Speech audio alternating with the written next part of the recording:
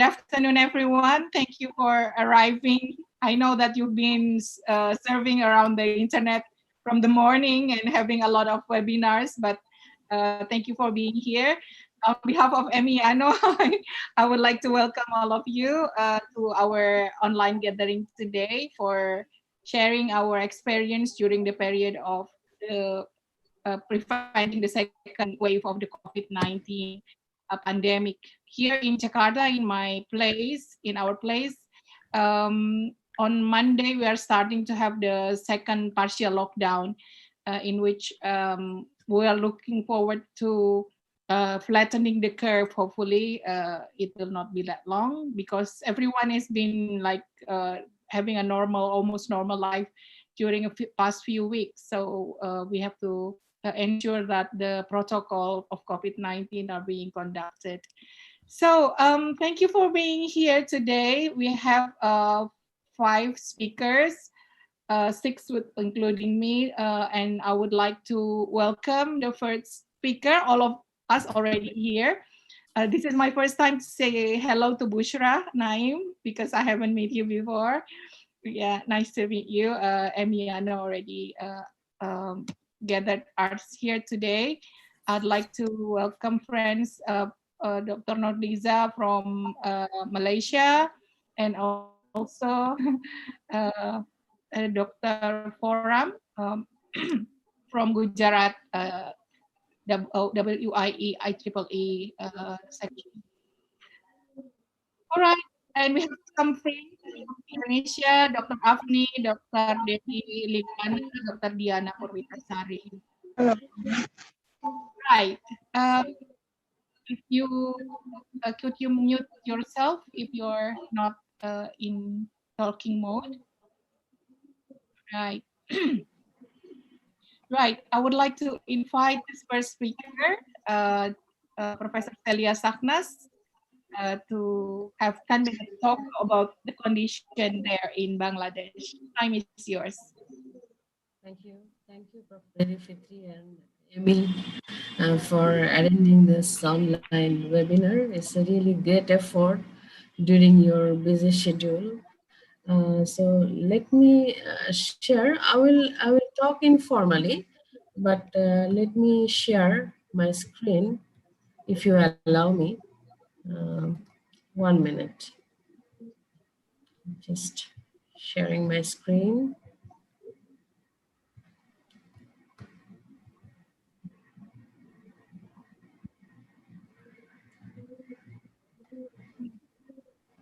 What happened? You can see it, right? Yes. Yes. Uh, Finally, actually,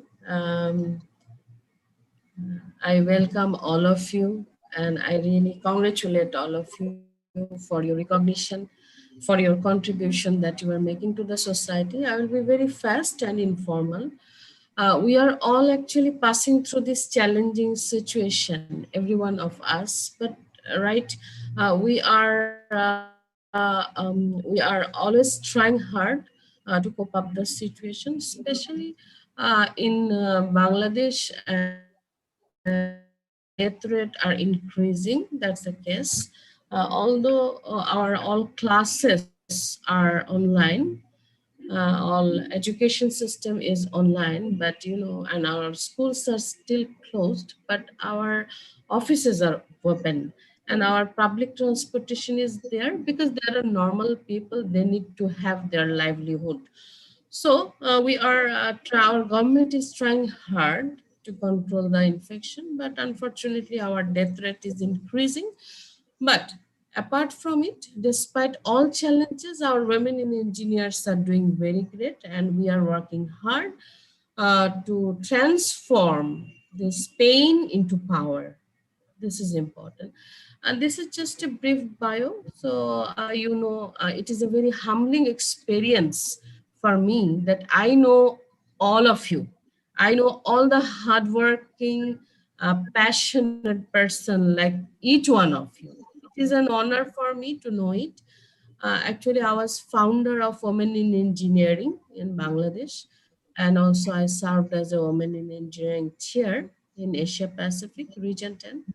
And also I serve in Women in Engineering Global Committee as chair of workshop committee and many other roles. So most important, what I focus even during the pandemic, that we must be part of at least one technical society chapter, because I myself is the founder of 4 technical society chapters in our country: signal processing, robotics and automation, industrial application, and SSIT.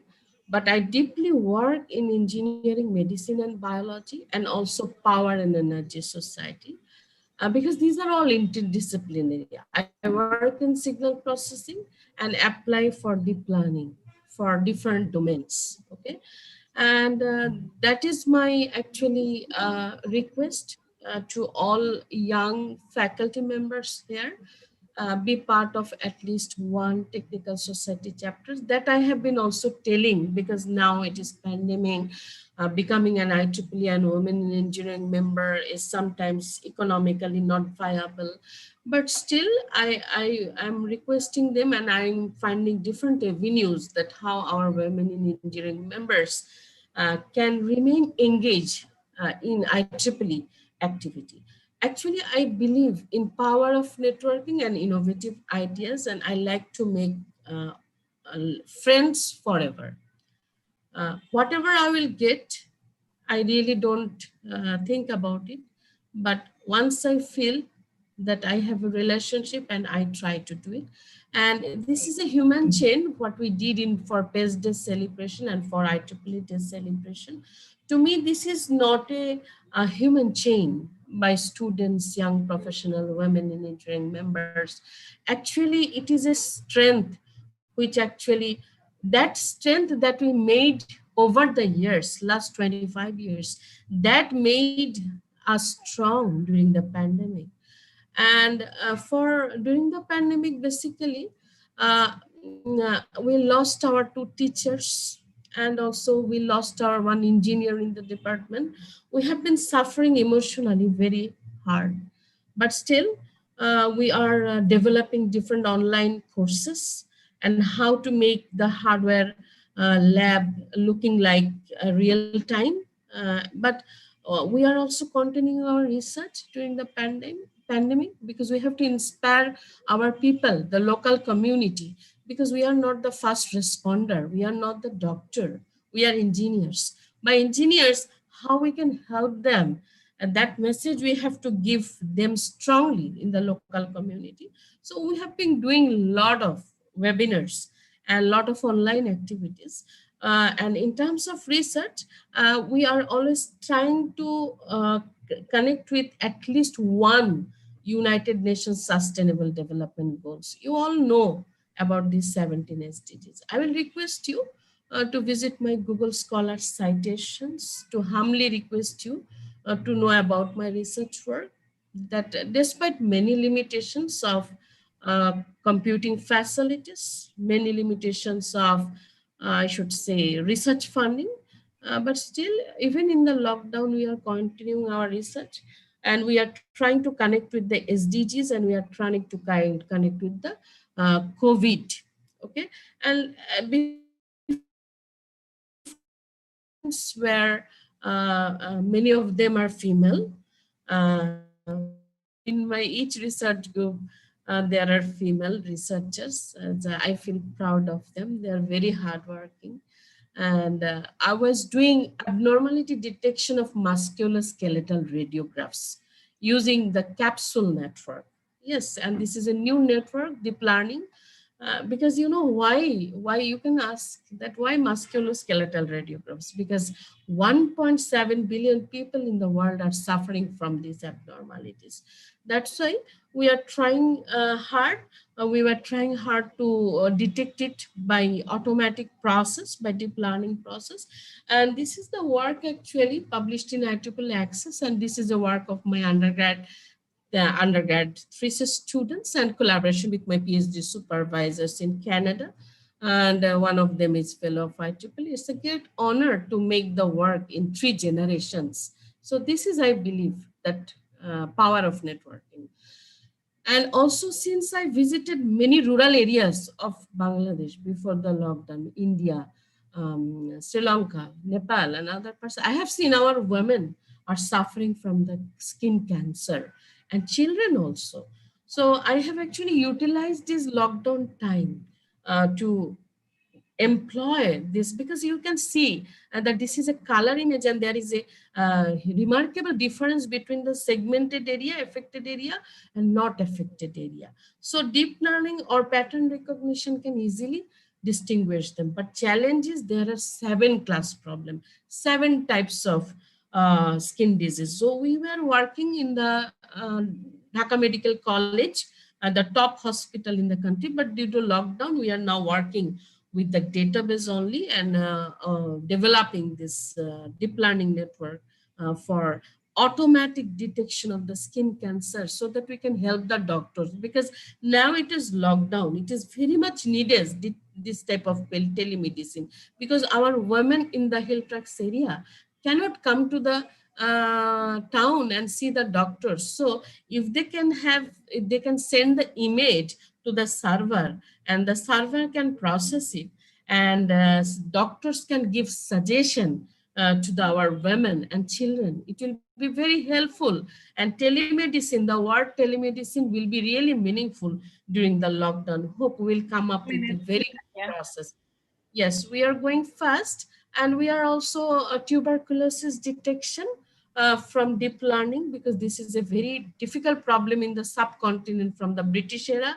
And now we are working with the chest X-rays using the deep learning network to detect whether it is COVID or non-COVID, but we are suffering from the less data.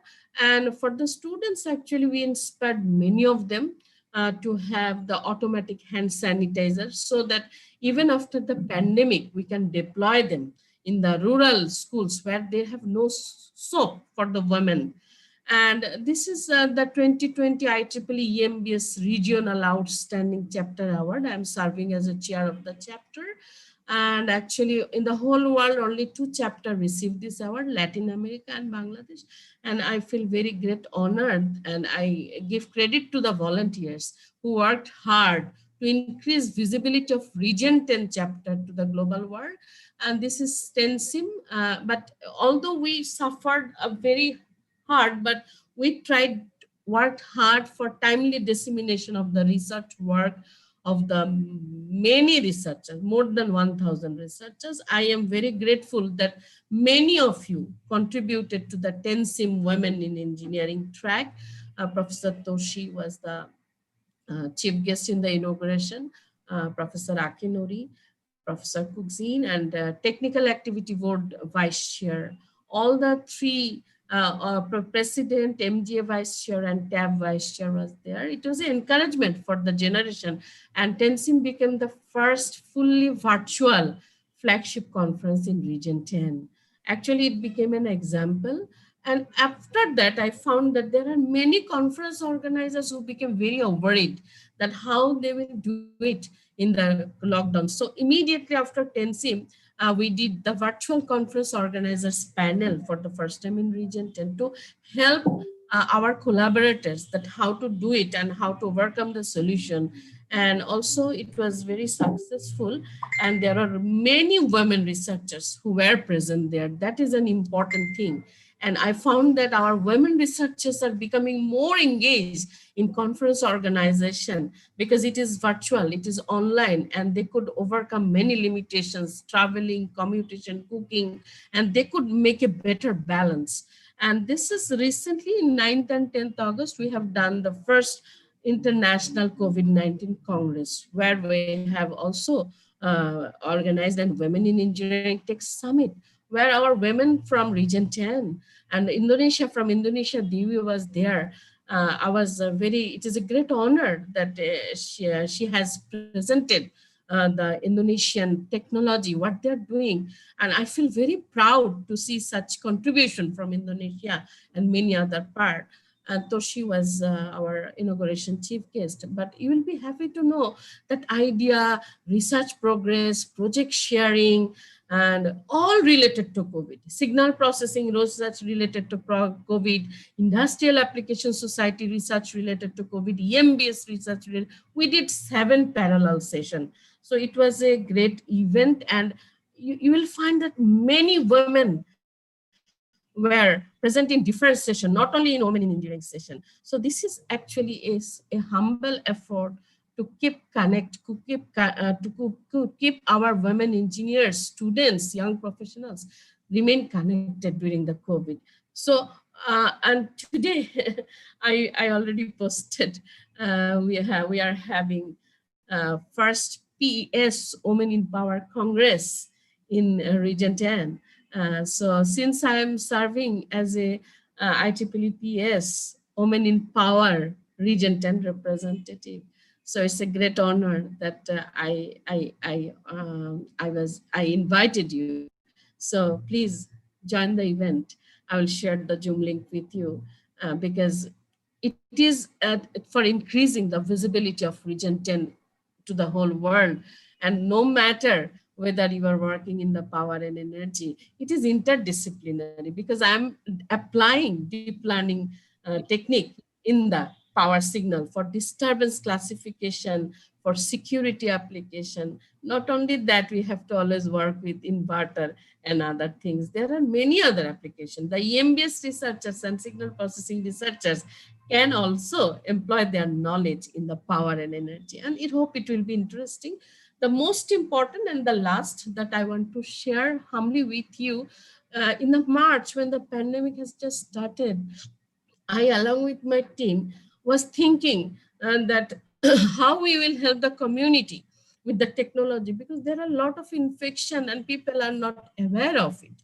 And not everybody, because there are poor people also. And in school, there are cleaner, and in the university, there are cleaner. That's why along with my team, I wrote a proposal to Robotics and Automation Society site, special interest group on humanity and technology, because I am the founder of site in Bangladesh. And also I served in site communication chair of the global steering committee. And this year I'm serving as a women in site chair of whole 10 IEEE regions. So I wrote to RAS site a proposal, and we have received around 5,000 US dollar. What is the project? Project is that we have to train our universities. Bangladesh, we have 51 IEEE student branches. So we targeted that at least we will take group of students from every student branch, and we will train them how to make a disinfection robots. Because some of our 10 WA one-line webinar from Singapore, we have seen that they are using those disinfection robots in the public places. But we don't want to go to the public places now. We will go to the school. Our students will develop it, and it will be used in the campus. And on 18th, we'll be starting this, and by October, we'll finish it. And by October, when the pandemic will be over, hopefully our students, especially our women in robotics, will be able to prepare a disinfection robots that we can use in our campus. So if we can do collaboration, because our problems are unique, our solutions are unique, let us collaborate. We don't need to start from the scratch, and we don't need to reinvent the same wheel. Let us use each other resources, because our problems are same, our solutions are unique. This is my appeal to all of you. So thank you. So whenever any responsibility is given to me, I tried my level best. I tried my level best. Yeah, thank you for very nice presentation. You've done a lot during this pandemic. So this is today just a meet up for all of us. I would like to call the second speaker, which is maybe Forum from WIE Gujarat section. Time is yours, Forum. Thank you, Professor Iri, for introducing me. Namaste, everyone. So now I will share my experience during this pandemic situation, what I have been doing Of course, whatever has happened and what is happening is bad. In fact, the situation has worsened in India. Every day we see 90,000 positive cases, and a lot of people are dying. Hospitals are having shortage of beds, and so hotels, hostels, schools, everything is being converted to hospitals. Schools are running online, they are giving online education, so children are also getting bored at home. But and people are very scared because every day it is increasing like an exponential curve. But if we talk about the other side, as there are always two sides of any situation, so if we look at the other side, which is positive, like this pandemic situation, this lockdown gave us the most precious thing which no one can gift us. Perhaps we are not going to get that again. Perhaps we cannot earn it by spending crores of rupees. And that precious thing which I am talking about is time. So this lockdown gave us enough time for ourselves, for our own growth, for our own development. We all have hussy fuzzy life, and every day, if I talk about me, I usually say I want to do this, I want to do that, but I am not having enough time. 24 hours not enough for me. That's what I say to my people.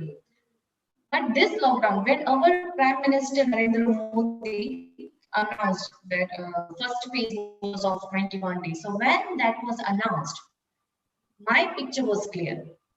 Now we can unlock the door during this lockdown and we can look within. When the lockdown phase one was announced, I decided that yes, now I can do what I always wanted to do.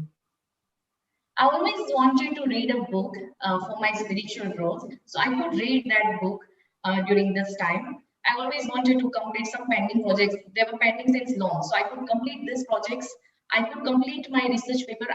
My focus is on mathematical modeling. So during this time, I could complete that. Just few days back, I submitted. I could have quality time with my family, and I enjoyed that.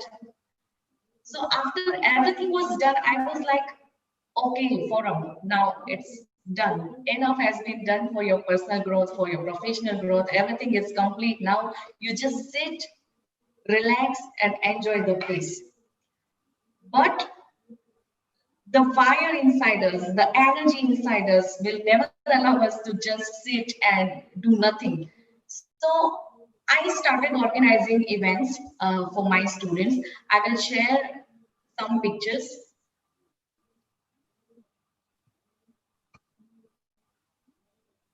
Can you see the screen? Yes, we can. Yeah, okay. Okay, thank you.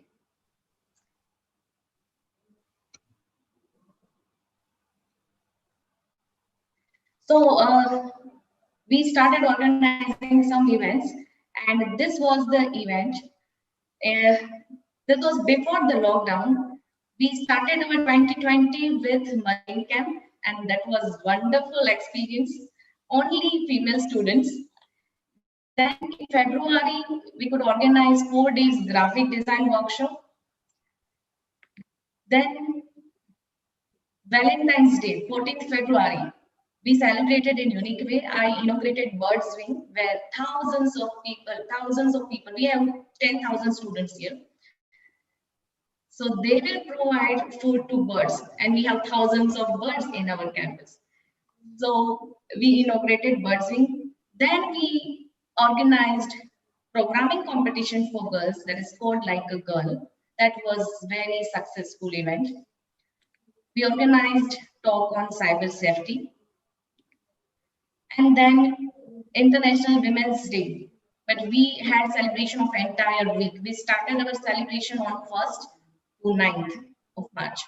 And that was very successful. And now if I look at these pictures, I am in shock that, oh my God, these many people were there. So, and then suddenly the lockdown was announced. Otherwise, we had scheduled many other events which we had to cancel. But then we felt that, okay, now many students were going towards the depression.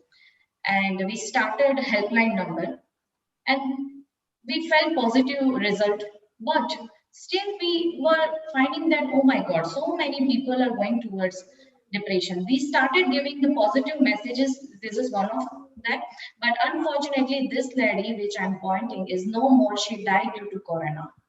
She was my friend and she's not with us now. After this, we also deliver one video message that helped us to spread the positivity among community. That our students took the initiative and they started organizing webinars. So they found good speakers, and I think, can you see the screen? Yes. I can't see. Okay, so then they started taking webinars, they found speakers and they organized, so everything they were doing. And so during this lockdown, we have learned so many things. The last webinar was on women rights, and then International Women in Engineering Day. Last year, I had decided that I will organize a big scale event on this International Women in Engineering Day. But as we all were in lockdown, the event was then virtually organized. But that was also very successful as we had speakers from all around the globe and they all were very good. And that event was very, very successful. We had panel discussion on role of women in engineering. We also organized some competitions like write-up, digital graphics, poster, painting, sketch, video. We also organized some self-defense workshops and many other workshops. I have not included all the events here. Some stories, students can, participants can share their stories of success stories on social media. Then they can create a motivational video, how what they are doing in this lockdown and how they are taking it positively. And they will post their video on YouTube and we will see. Judge panel was there and they decided, and then we offered them prizes online, and that was also a wonderful ceremony. After that, we had one virtual meeting with our team and with other participants for how we can help the community, how we can spread the awareness, how precautions should be taken. So for that, we had organized this virtual meeting, and this is about our upcoming event. We are celebrating this WISE Week, Women in Sciences. It is from 28th to 2nd October, and for that we have panel discussion, we have expert talks, we have workshops, and I'm sure this is also going to be a very successful event.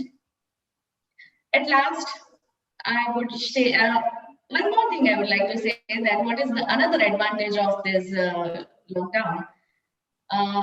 See, now the events are happening online, and this is the reason why this event is also happening online, and that is the reason why I am here and I'm sharing wonderful platform with wonderful people from the globe, and I'm really very happy. So this is another advantage of this situation. And I would also say that this time shall go too. So it depends on you how you are going to utilize it, because this is lifetime opportunity. This is rare opportunity. We are not going to get this much time again. So use this time as maximum as possible. That's my message for all of you. That's it from my side. Thank you. Thank you so much, Forum, for sharing the condition in Gujarat and in India in general. And we are moving to the next speaker, which is Professor Norliza Muhammad Nur from WIE Malaysia, IEEE past chair. Professor Norliza, time is yours. Okay, thank you. Thank you very much, Forum. Thank you very much, Riri. Sorry. Okay, let me share my screen. Okay. Can you see my slides? Right. All right. Okay, thank you. All right, so okay, my talk will be on it's the same topic, right? So experience on the second wave COVID-19 pandemic. So just a little bit about myself. So these are the photos of my family. I think not everyone is here at one time. So this is the bottom part is during this the recent Hari Raya, which is our festival after the we fasting for 1 month. So that is so we have everyone, but then all on virtually. So they are away in Germany actually. So now at the moment I'm just with my husband, and only the two of us, because the rest are all in Germany. So we wouldn't want them to come back because they need to quarantine for 2 weeks, and also when they go back there over there also they need to quarantine for another 2 weeks. So all in all, you wasted about 1 month in quarantine itself. So I said no need. Then we just celebrate, virtually. All right. So a bit I'm from the Faculty of Technology and Informatics, University of Technology, UTM Kuala Lumpur campus. My university, we have 2 campuses, one in Johor, Skudai, Johor Bahru, which is very near to Singapore, and then one is in the heart of the capital, which is the Federal Territories, Kuala Lumpur. All right. So I have 4 children. So these are 2 girls and 2 boys. Yeah. So my eldest boy is already married with. Then he has 2 children. So I'm a grandmother now. So with the 2 grandchildren, age between age is 3 plus, 3 years plus, and now the smallest one is about 8 months already. Okay. So, and then this is about me in my IEEE. I was the past chair for I was the chair for Malaysian section. So in 2013, 2014. So I'm proud to be, I'm the first woman to be the chair of for the Malaysian section. And then after that, Zohaina took over. And then now after that, Faisal, and then now is Dr. Fahmizu. All right, so maybe later we cycle again. We're waiting for Dr. Rosmiwati or Farah Fatima Abdurrahman to take over later in years to come to become the chair of the mission section. All right, I'm also in the EAB Certificate Program Committee, the WIE Senior Member Panel Reviewer, all right, and the HAC Event Evaluation Panel and the Site Group Evaluation Panel. And then previously in the Region 10, I held the R10 Individual Benefits and Services Coordinator for 2 years, and also I was the MGA GUOS Technical Society representative in 2015, 2016. And also currently, I think everyone knows that me, Celia Sanas, Lance, and Spobadi are running for the R10 Director-elect candidate for 2021-2022. I hope everyone has cast their vote. So it's still open up until 1st October. All right, so this is the Malaysian situation at the moment.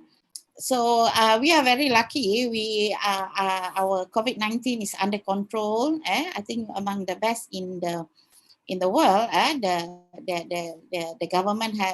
government, especially the Minister of Health, has done a quite good strategy to contain and to mitigate the pandemic.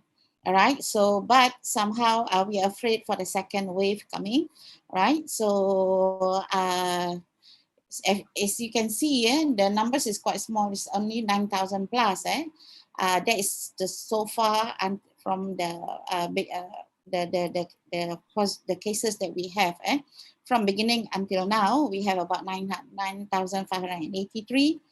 All right, we got about 126 deaths. And then our currently, I think in the hospital is about, the active one is only about 312.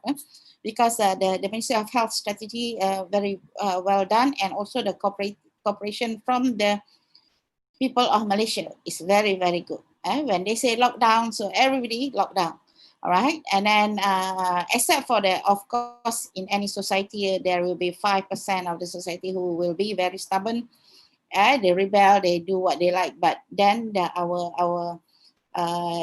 police and the army will handle them well. So they do take action because for those who didn't follow the SOP, they were fined about 1,000 ringgit for each offense. All right, so but if you can see here now, this is the last 2 days.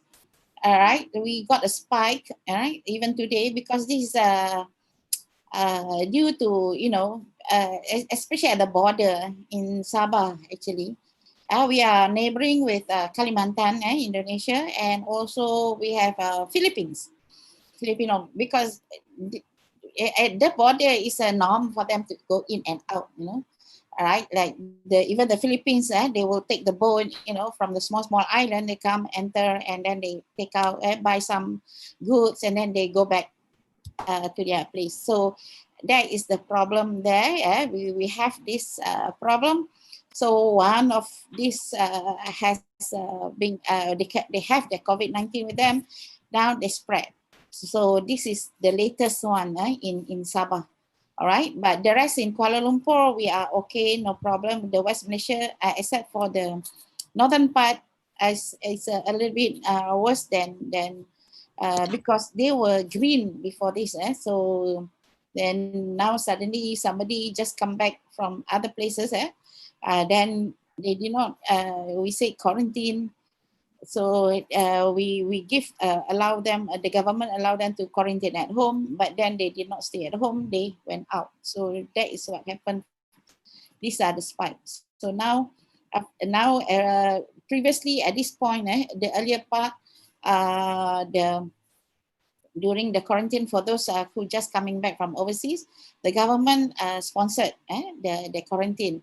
Then now they say no, we don't want to spend too much on that. So now if you come back, you have to pay your own. The quarantine, it depends on your pocket. If you want to go to 5-star hotel, also can. You want to go to 1-star hotel, also can. But the thing is, you no more quarantine at home. They will put you somewhere else, right? And then you have to pay for it. Okay, all right, so that's about it. And this is about the unemployment rate. So we do have a spike. Sorry, all right. Okay, we do have a spike in May, so about 5.3%. Beli je lah timun. Now it's getting better. So Satu je lah. Itu kita belikan timun. Sorry, I think you have to mute yourself, somebody there. All right. All right, so this is 5.3%. We do have a spike in May. Then we have lower down, about 4.9 down, is getting better, 4.7. But still, a lot of people there are out of jobs, right? And then there are some still fighting, what they call it, some go to court with the management. Sometimes the big company also, you know, make, because instead of giving like half month pay, they just say no pay. Right, so now they are fighting with the court, in the court about that, right? So, but we do have a lot of help from our PKSO, which is the what they call Social Security body, whereby, you know, they will give some money. I think about 500 to 600 monthly for those affected. So I think, and then some of them also, these people quickly go to online business. Which really help them to recover for a while, to have some pocket money to sustain themselves, right? So, but then, you know, not everybody has the capacity or the ability to do online business, right?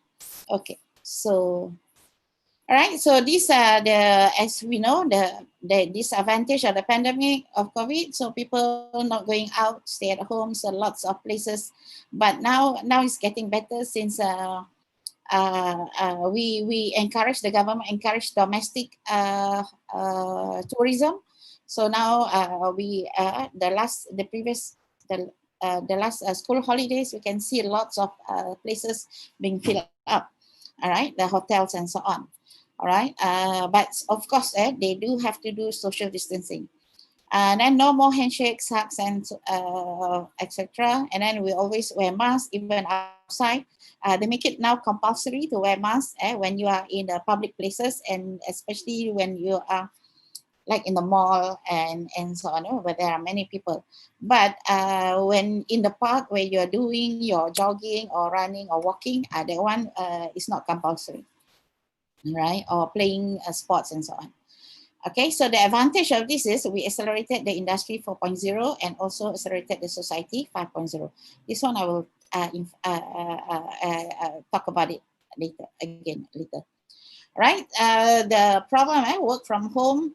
All right, as you all know, Malaysian, we normally have large families. It is norm to have 5 children. I have 4, which is not below the norm. So in Malaysia, is quite norm to have a family of 7, meaning father, mother, and 5 children. All right, so hence, to work from home, we need to have a suitable workspace, which we do not have. Normally, not many people have a home office. All right, we do not have the luxury because all the extra room will be occupied by one of the children, something. All right, and then we need to have good internet connection, strong signal with enough bandwidth. So I think there is in the YouTube become a sensation that we have one college student who need to, this is in Sabah, rural area, need to climb up the tree to get a very strong signal because we have online classroom, and so they have to take the test. So hence they need to find, because the rural area, then you have to go to the top part, go up the hill and then go up the tree to have a to have enough signal to do her test, her exam. All right, so, and then of course, we need to have childminder when working from home. So this is when people, for those family who have very small children, but normally when you have about 4 or 5 children, so normally you will ask the elders to babysit. Sometimes we as the mother, we have to pay. So okay, if you want to make some money, for maybe 10 ringgit per hour for 2 hours, so to mind the younger siblings.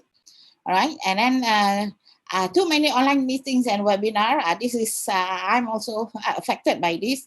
All right, we have so many meetings, and then normally when online meeting, no reason for you to skip. Because you can be everywhere, right? So you have connection, things like that. So there is no excuse, not good enough excuse for you to skip the meetings, the online meetings and the webinars. All right, so time management is crucial. And then also for the virtual classroom, since I'm a lecturer, so I have to do virtual classroom. And then now the children also, the ongoing children also have virtual classroom, online classroom. So now they're fighting over the device. So some families are not lucky enough to get to equip their children with one laptop each or something like that, or one phone each. So they are fighting over the device. And also you need to have a suitable workplace, right? And also you need to have good internet connection. So now fighting over the bandwidth as well, right? So time management and the bandwidth management is also crucial. Right, so new norm, we have the e-payment, cashless payment, online shopping. Online shopping is mushrooming, right? Even now, the problem is the delivery. It takes now about 1 week to 2 weeks to receive your order, right? And then we have the food deliveries, GrabFood, Foodpanda is a hot. People now, those who are being laid off, out of job, especially the young men, they quickly become this Foodpanda driver on the motorcycle and delivered. They say they can get good enough money. I talked to one of them, they say per delivery, for the senior one, they got about 7 ringgit per delivery. And then normally they can get about 20 to 30 deliveries per day. But that is you're working from morning until midnight. So it's a hard work, but then the payment is good, and also they are their own boss. All right. So if they want to work, they can work. They don't want, they can just refuse the task, the job. Then we have the classroom, and we have this large gathering limit to 250 max with social distancing.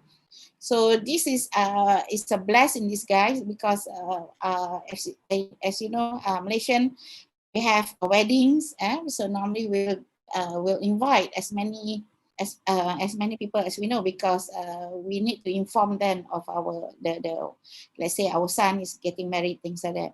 So it's a norm to have at least 500 or to 1,000 guests at one time, because we don't invite the parents only, we invite the whole family. So it's normal to have large gatherings during the wedding. So now with this, it is limited to 250 max at one time. So hence, really is what do you call it?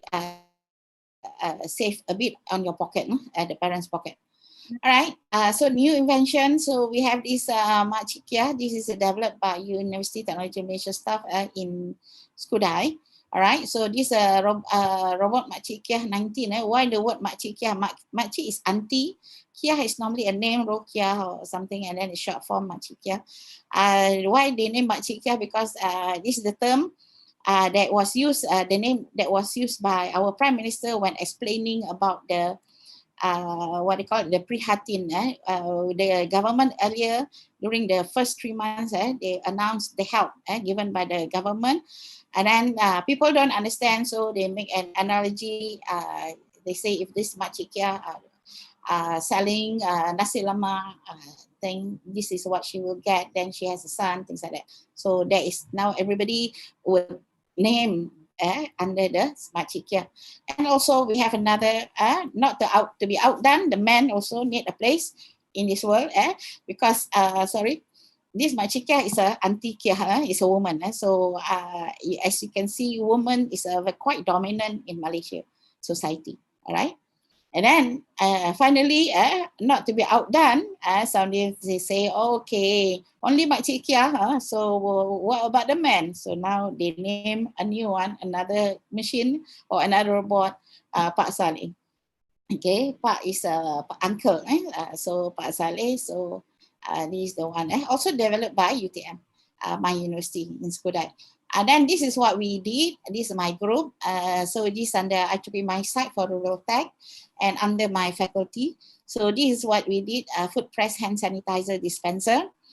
Right, so we have the first generation, first prototype, and then we have the second prototype. Then with the third prototype, which is the automatic, right? So, but I think we do not. Yeah, okay, sorry. Let me move on. This is another faculty from my universities also. They are making the face shield and the intubation box, right? All right, so this is another from another universities. They're making the cubicle for COVID-19 swab test area. This is another university. All right, so what we did actually is a blessing in disguise, as I said. The COVID-19 pandemic push the society 5.0 faster, right? So because we use IoT a lot, we use AI, and the embrace by the society is faster. Yeah, so meaning that we have the fintech, all the cashless, e-payment, online payment, and so on. Like myself also, I do not quite like it, but now since this new norm, so I have to embrace, and then I find it's okay, right? Okay. So that's why a lot of things now, except for the Grab food only, the food deliveries I have not tried yet. So now because we are allowed to go out and so on, so we go to the restaurant and eat. Okay, all right. So roughly meaning that the blessing in disguise is that the society 5.0 or the IR and the IR 4.0 is being pushed faster than ever, and also embraced by the people. So that is the important part. Thank you very much. Thank you, Dr. Riri. All right. Thank you so much. Yeah. Right. If you are talking about Machikia, today I'm going to talk about someone in Indonesia who's going to be very famous. The name is Butejo, which is, the icon of hoax news in Indonesia. So let me just do some little presentation for this. Okay.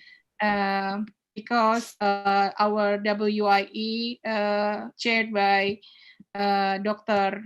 Dewi and Dr. Afni already been working extensively to gather and to network more women from all over Indonesia. We are a very fast, large country in which we have to have the network to let me, how do I do this? To share our the same idea of how to spread the woman against disruptive information idea.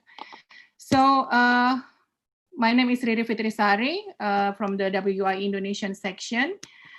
Today I'm going to talk a little bit about the current condition in Indonesia, because just like previously back in March, we are currently getting scared again because I lost some friends, you know, and also this morning we lost the first woman flight pilot in Indonesia. So we just hear a lot of people die due to this COVID-19. So that we are, you know, having a lot of information that everywhere the curve is going up, meaning that we have to be alarmed for this.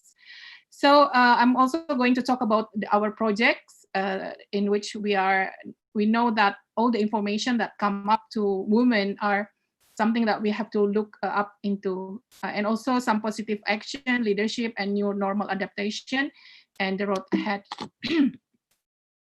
So this is the condition we actually already have. In 16 years, there are 4 new infectious diseases. We have, you know, the bird flu, MERS-CoV, and COVID-19. Previously, this H1N1, you know, long 16 years ago, meaning that we are facing the same condition everywhere.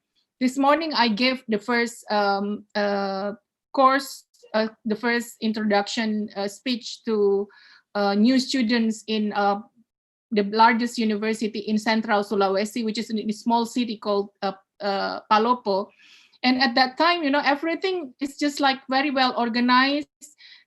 All the students are using Zoom and also YouTube. You know, you can see that they are very well organized everywhere, meaning that all over the world, we are sharing the same infrastructure. So using this, knowing about this, we have to keep ensuring that the technology can be used, you know, once you're doing something, the next day everyone are going to do the same thing everywhere anyway. So that's why how we learn from each other.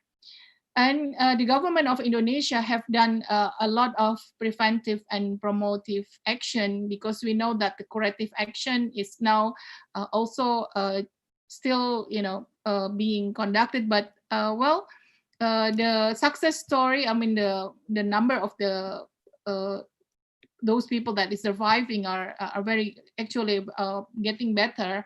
But we know that we have at the moment we already have 110 doctors and professors, you know, already died due to this COVID-19, and the total number is 1,300.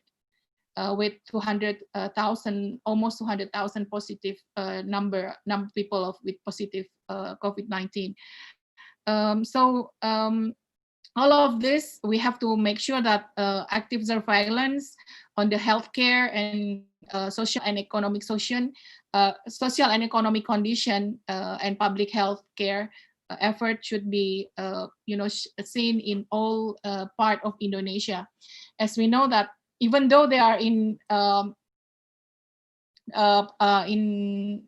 area in which not as much as many people as in Jakarta, but all of them are obeying the rules and regulation in which people have to wear masks, wash their hands, and also keep social distancing individually. And collectively having the manner in which they are disciplined to change the behavior into the new normal condition. And adaptation in the community, in the local government, and also the central government have been conducted, but we know that some people already been, you know, 6 months at home. It has been quite a long time, and sometimes after the weekend we can see the surge of the number of the infected people. well, for example, in different places, they have different curve, like here, like this one, now in Jakarta, because they do a lot of PCR testing, so that we found more condition in which people are having a positive COVID-19 problem. Like last week, I have the secretary in my department, so everyone is locked down, and our department has been locked down. But luckily, she doesn't feel anything, so she's surviving now. Everyone is okay, but still, it was such a shock for us knowing that someone close to us is having COVID-19 problem, positive COVID-19. So what Women in Engineering IEEE Indonesia has been done during this 2 months is the Women Against Disruptive Information project, in which we know that hoax news in Indonesia spread out very quickly, because sometimes people, especially ladies, women, we don't really read what is in the news but then pass it away to someone else. So most people have a low information literacy, and also the spreading of fake news is affecting a lot of people. So this is resulting in excessive public reaction or panic everywhere. So that is why we collaborating with other women and other organizations, such as those working for social sciences and gender related activities, so that this can be overcome, and more people can be trained to evaluate the information. So what we have done is we do pre-assessment, we do virtual workshop, which was opened by the Director General of Information and Communication Technology a few back in August. And also we are having information literacy and technology utilization for hoax control. And this time we are doing the implementation in this period. And also later on, we will do some post-assessment of how those that we already being passed, that we already discussed, can be implemented by more people in our society. Later on, we will do some focus group discussion on virtual working environment, and on with virtual workshop for knowing the outcome of this. So Dr. Dewi and Dr. Afni and friends already been doing this module, in which the information literacy module has been provided and we distributed all over Indonesia. And knowing that those people that we are working together, 35 people, are those that is our trainee that is going to spread the news and spread the information selection and filtering mechanism, that so that they have the knowledge, skills, and attitude, as well as dissemination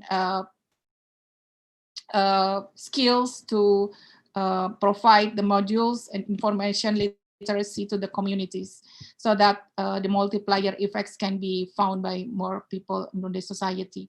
So now we use the hoax buster tools to find to make sure that the information is being evaluated before it's being spread, and also 7 types of the misinformation and disinformation, in which satire or parody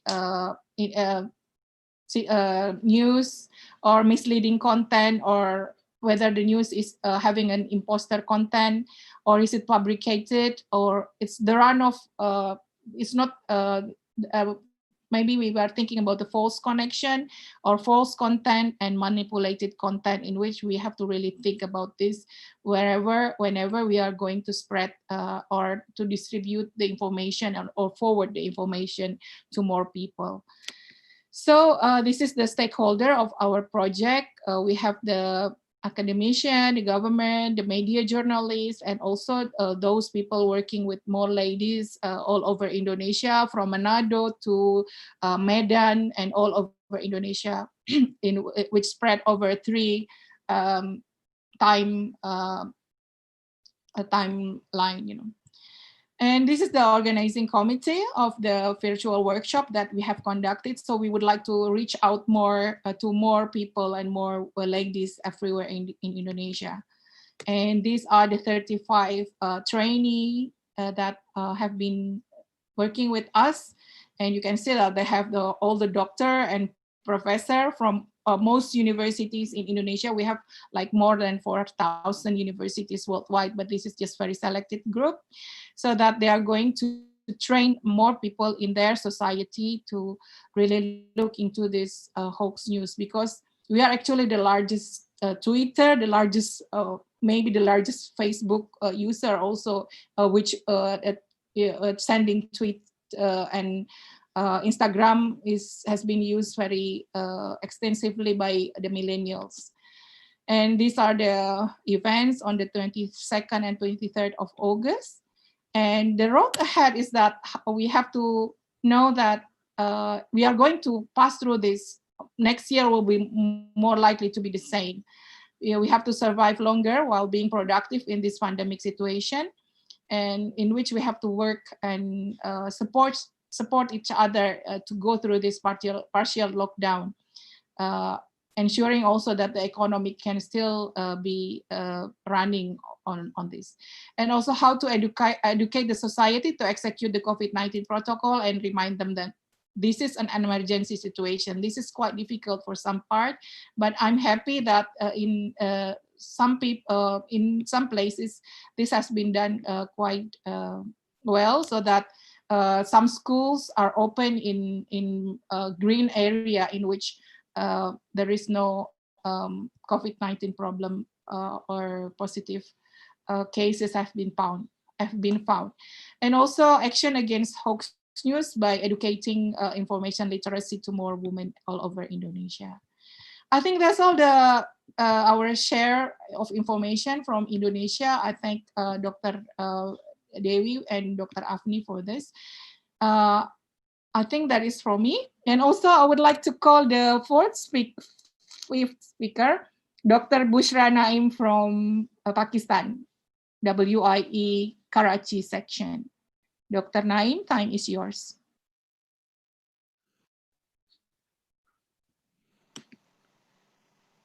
Thank you so much, Prof. Riri. It's a pleasure to see you. And hello, everyone. I'm really happy to connect with you all. Cheers to Emmy and IEEE Indonesia for providing this opportunity. So I was able to see you all. I do know some of the very brilliant speakers here from before. So given the limited time I have, because we want to listen to the interesting stories from all of our speakers, I will briefly touch three things in my presentation. First of all, I will share some of the activities from IEEE Women in Engineering Affinity Group Karachi section.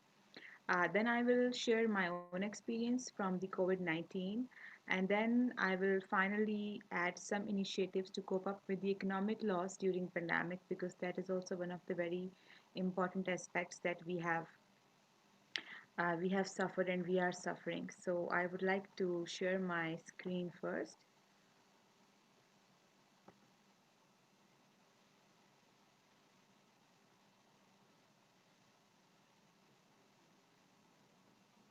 So are my slides visible to everyone? Yes. Thank you. So my brief introduction. Currently, I am working as the head of department and associate professor at the Information Technology Department in Dutams, Pakistan. I did my PhD in electrical engineering from UTM Malaysia, and Prof. Nurliza just reminded me of all of my student days. I lived in Skudai for 3 years, and I did visit UTM KL as well, and it's a great place to be. And so my master's is from the University of Exeter. My master's was in engineering and management, while my undergrad was from Pakistan. It was in telecom engineering. So I've been studying quite diverse. I will share about my experience with IEEE. I am IEEE WIE member for last 11 years. Currently, I am serving as Vice Chair of IEEE Karachi section, and I am also the branch counselor for IEEE Student Branch Butams, where I work currently. And besides that, I was the petitioner, and now I am the Vice Chair of newly formed IEEE Koita subsection, which was formed during the pandemic sometime in April. Mhm. So I will start with the activities that we did during this time. To start with, we had our International Women in Engineering Day with female scholars and researchers abroad. So why did we invite different female scholars and researchers abroad? Because one of the pressing problems which we face in Pakistan and maybe some other countries as well is that females are usually really scared to go for higher education to the other countries, leaving their home. And other than the females, their families are even more concerned for that. So we wanted to invite the scholars from different regions around the world so that they can share their experiences, and we can have a celebration where we can have a meaningful output so people can know that the world has changed and the females can literally actually go and study and achieve what they want. So it was a pretty much interesting event. The another event that we conducted with WIE was the seminar on artificial intelligence. It was named as Learn and Live with Artificial Intelligence because that time we were in the lockdown, and we saw that mostly students or our colleagues were struggling. They were at the home all the time, and they had to use that time somehow. So artificial intelligence is a great thing to apply with, because now when the humans can't be everywhere, we can have the intelligent systems that can help us to achieve the objectives. So it was one of the events that we did. Besides that, we gave a volunteer training. The beautiful lady on the screen, that is Dr. Isma. She is the vice chairwoman in engineering in the Karachi section. The purpose of giving the volunteer training was that we all know that being a volunteer takes lots of spirit, but someone new who just comes into the volunteer thing, they don't know much about the benefits. They only think that being a volunteer means that we have to give some extra time and effort, but what are we going to get from that?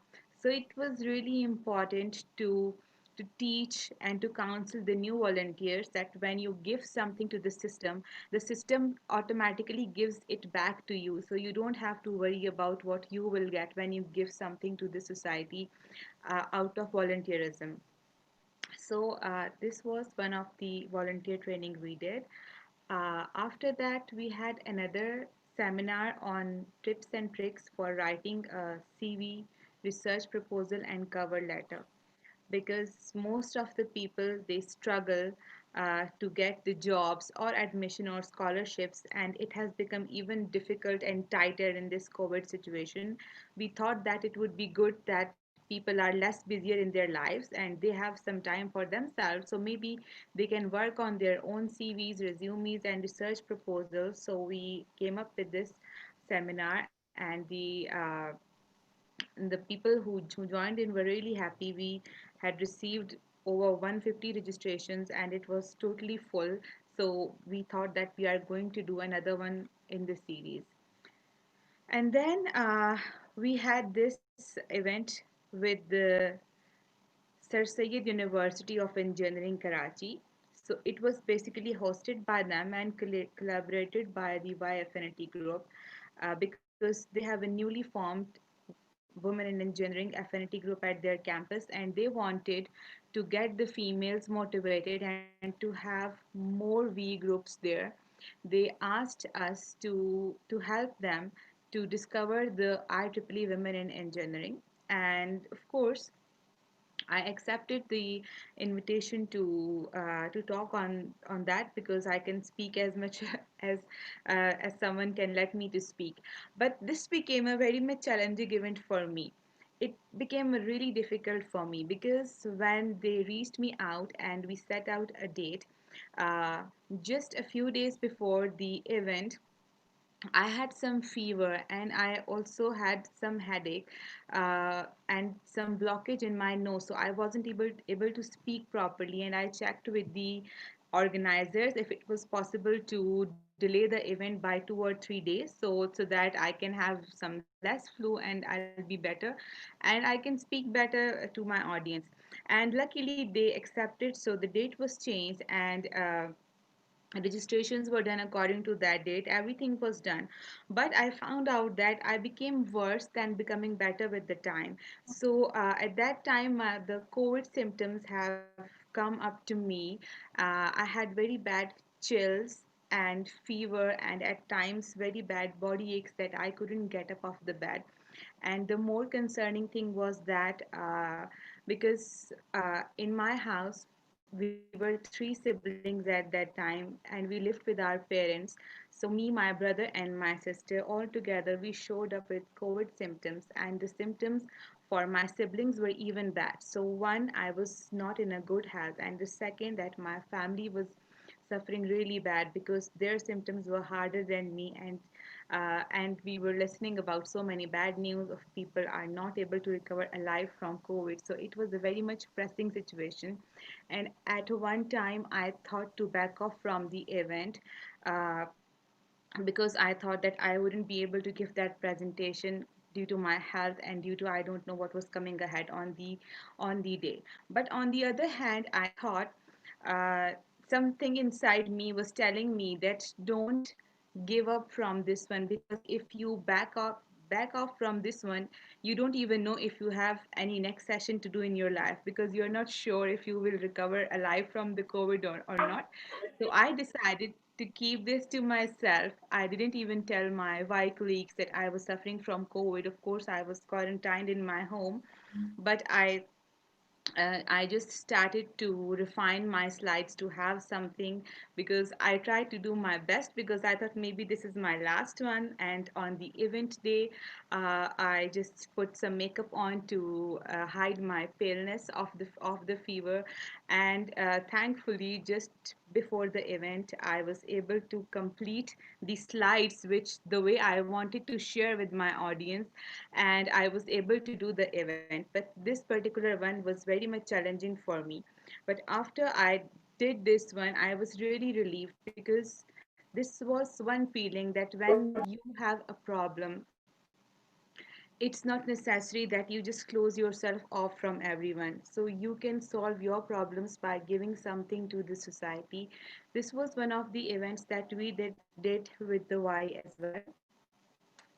Besides that, pandemic gave me a chance to know more people, because before we would only do the events collaborating within Pakistan mostly, but in this time we got to connect to why Bangladesh. We had so many seminars with Prof. Celia. She really has great presentation skills. And then we had with why Singapore, I came to know about Ashwarya, and I had a pleasure to meet her. And then we had a collaboration with why Thailand and the other student branches. So this pandemic also gave me a chance to know more people and to learn more from the people. So finally, I am going to talk about the economic loss, because I am an academician, and in a given situation, I believe that besides the conducting of classes and courses and teaching, one of our aims should be preparedness for the future pandemics for the coming generations. And the COVID-19 has caused disaster on global economy and local economy, and pushed the world into the worst economic crisis in the recent history. So I believe that it is very much important for us to explore the planning that can help prepare the developing world with the economic resilient models which are resilient to the future pandemics. So in this context, we are holding the first international symposium on building economic resilience against the pandemics, and the symposium is expected to held on the 27th of October. Here is a brief flyer. So I would humbly invite you all to join the symposium, just to know the findings of others, or if you have relevant research, you are welcome to submit the papers, the link to the symposium is just provided over here. And one more thing, the final thing that I would like to share is my own work for coping with economical loss. So I did my PhD in mostly using fuzzy logic, applying that to different communication models. But this time, I applied this technique to the business model. So I worked on a fuzzy logic based adaptive innovation model, which can be used for a win-win business collaboration, because now that we see that mostly businesses have collapsed, so it is important that we still have some businesses which have some resources while other businesses can have some other resources.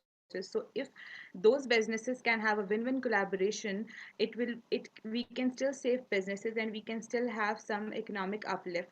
So I just proposed an intelligent prediction technique for this kind of business collaboration, and this was published in the Computing Conference London. With that, I would like to thank you all. Thank you for being so patient and for listening to me, and thank you. Wow, thank you so much for the nice speech. So you are a COVID-19 survivor, is it? Yeah, I am. How does it feel now? You're okay. So happy to. Yeah, I'm okay. It's been long that it happened, so I feel okay now. My family also, we all feel okay now. But it was a very much challenging time, and region where I live in, very affected. And we had one of our neighbors who couldn't survive from COVID. He lost his life. I had one very close Where did you friend, get? and because usually Where did you get it from? You can you guess, or you don't? that's a mystery, because the time that why I'm saying we, because it was me, my brother, and my sister. Three of us, we showed symptoms from the difference of one day. It was my brother who got fever one day and he quarantined himself, and the next day me and my sister, we showed the symptoms. But at that time, it was at least for last 1 month that all of us was going out. And so we think that maybe it's from some grocery or something which came, and the germ somehow transferred to our house, because all of the region where we work, later on, some point every home was affected, and everyone had to fight with the COVID, because different regions have different kind of precautions. We did have strict lockdown, but the problem was that there were only certain shops or certain places which were open for grocery or basic needs, and everyone had to go and get the things from there. So let's say if so it was very easy for everyone who goes there to take it back to the home, even with the precautions, because it was not so easy. So yeah, it was difficult, but it Oh, passed, I'm so lucky and we are okay. to meet you Yeah, today. and we So hope thank that you. everyone stays safe. Yeah. Thank you so much for sharing with us. But you survive, meaning that we have a lot of positive things that we can do ahead. And Yeah. you've given us some Hope. things that Give us some hope that you yeah. can cover. I Yeah. mean, how bad it is. I mean, you up until to the respiratory. Does it affect your respiratory? Not yet, or very early stage. Um, at that time, it was when I got the COVID. That was in April, and at that time, uh, the initial symptoms that the WHO has given only had cough and fever. But strangely, I did not have any cough at all. I had blockage and congestion, but I didn't have any cough at all. I had chills and pains, some other headaches, some other symptoms that later on came as COVID, because it was a journey. We started with a cough, and then the things were came. So at some times only I did felt that it affected my respiratory, but mostly it was fighting with the aches and with the fever and sometimes numbness. And yes, the loss of smell and taste was very much scary because I didn't believe at first. But then I just opened all of my perfumed and then tried to smell them, and that was a bit shocked. But thankfully, after 1 month, I had recovered from all these, and now I can smell and taste and enjoy the life. So I thank God for all of the blessings that He has given to us, and I hope that everyone around us stays safe from this disease, or God forbid, if anyone gets it, everyone can just come out of it very smoothly. Okay. So Thank God. that's all. Yeah. Thank Allah that you recovered. Yeah. So, any medication that you need to take? Is there, because there is Uh, no vaccine yet, and also I believe there is no medication yet. So what type of medication do you have to take? Yes, because as I said that initially I didn't even know it's COVID because none of us was going out and we didn't expect that it can be COVID. So what medication I was taking was just the general medicine of whatever symptoms I had. So my cousin is a doctor and he suggested me the medicines, and the medicines I took were just the Panadols for the fever and headaches and some anti-allergies because I had congestion. And besides that, immunity boosters, Cerbex, the zinc and other multivitamins, calcium and vitamin C. So since that day until now, I am still taking all the multivitamins because I think we all need them until some vaccine comes. And besides that, also I think we all need to work on our immunity because health was one thing that we all had forgotten about when we were so much busy in our daily routines. So these were the all things that I took. There was no specific medicine that I took because of the COVID. Even after I found, I just used these medicines. And one thing was that steam was recommended to me, and I used the black seed oil in the water to take the steam, and it really helped me to breathe better. So that was the medication, Prof. Okay. Thank you for giving the tips and hints to go through this and you survive. Thank God for that, Bushra. Right. Questions? Any questions?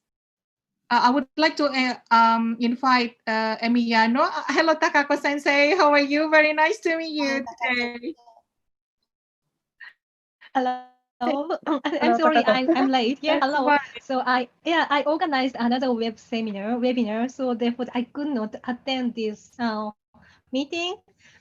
But so we just finished our seminar, so I joined. I'm so happy to see you. Thank you Thank so you. much for being here. It's really lovely. After 3 months almost, we don't Yes. meet each other. Yeah, yeah. And Thank then, you. yeah. Thank And you. there is a light after the tunnel because Bushra told us that she Yeah, yeah, survived with yeah. this I COVID. listened her talk partially, but I was so inspired and impressed. Thank you so much for sharing your great talk. It was so nice, and we really happy to know that you survived in this difficult situation, that COVID-19. Yeah, thank you so much. Any questions? Any comments? Diana, you want to say something? Otherwise, I would like to call Emiliano to give some comments because she is the R10 coordinator for WIE, please. Okay, thank you all again for joining us today. So I think this is the fifth online gathering of our Region 10 WIE. So this event started as an initiative of Indonesia WIE in April. So probably I am grateful for your great effort and support. Thank you so much always. And today, so I'm very impressed from Dr. Bushra. I didn't know about your story.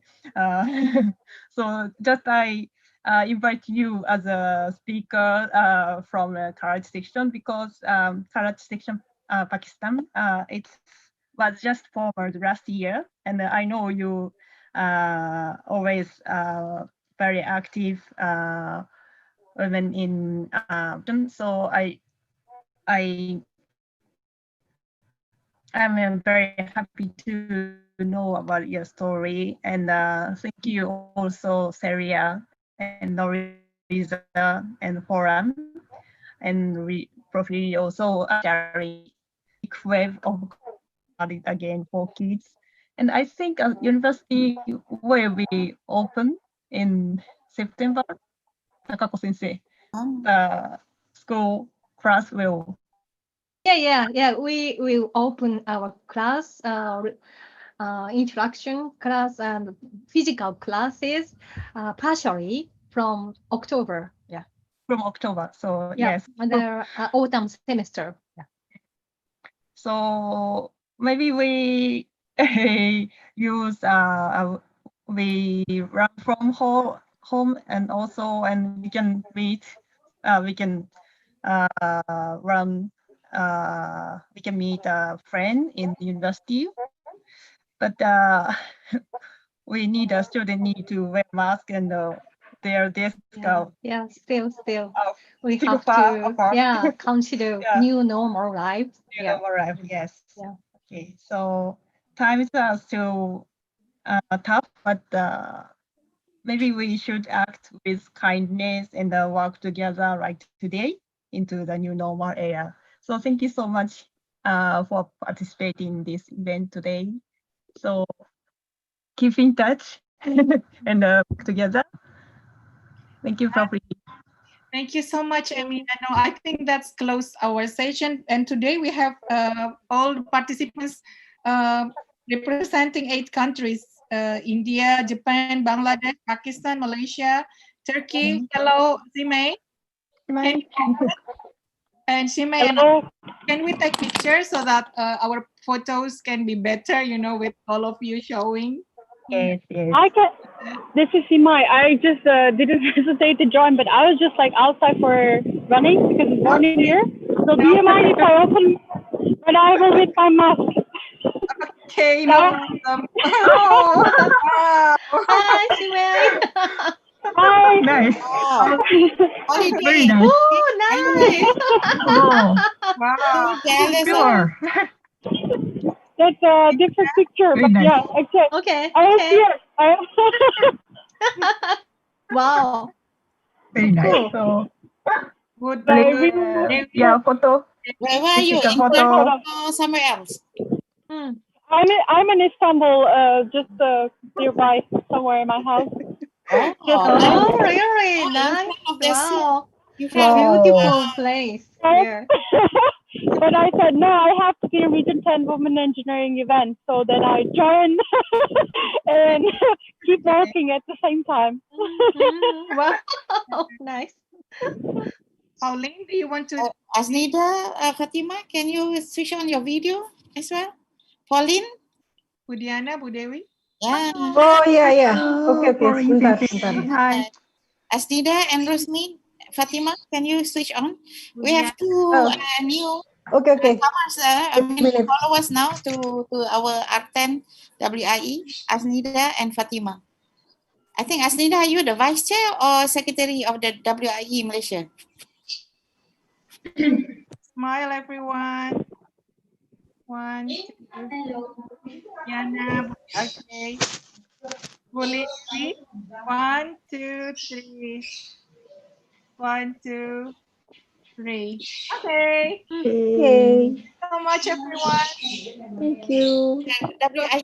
The next month or something. Okay, bye. Bye. Thank you. Thank you. Bye. Thank you so much. Bye. Thank you, Amy. Bye. Bye, Stay everyone. safe. It was very nice to see you Thank all. you. Bye bye. Bye. Thank you. Everyone, goodbye. Bye. Takako-san. Amy, Hello. bye. Hi, bye. Thank you. Hi, Takako. Hi, Forum. Bye. Yeah, very Prof. nice to Really, see you. Prof.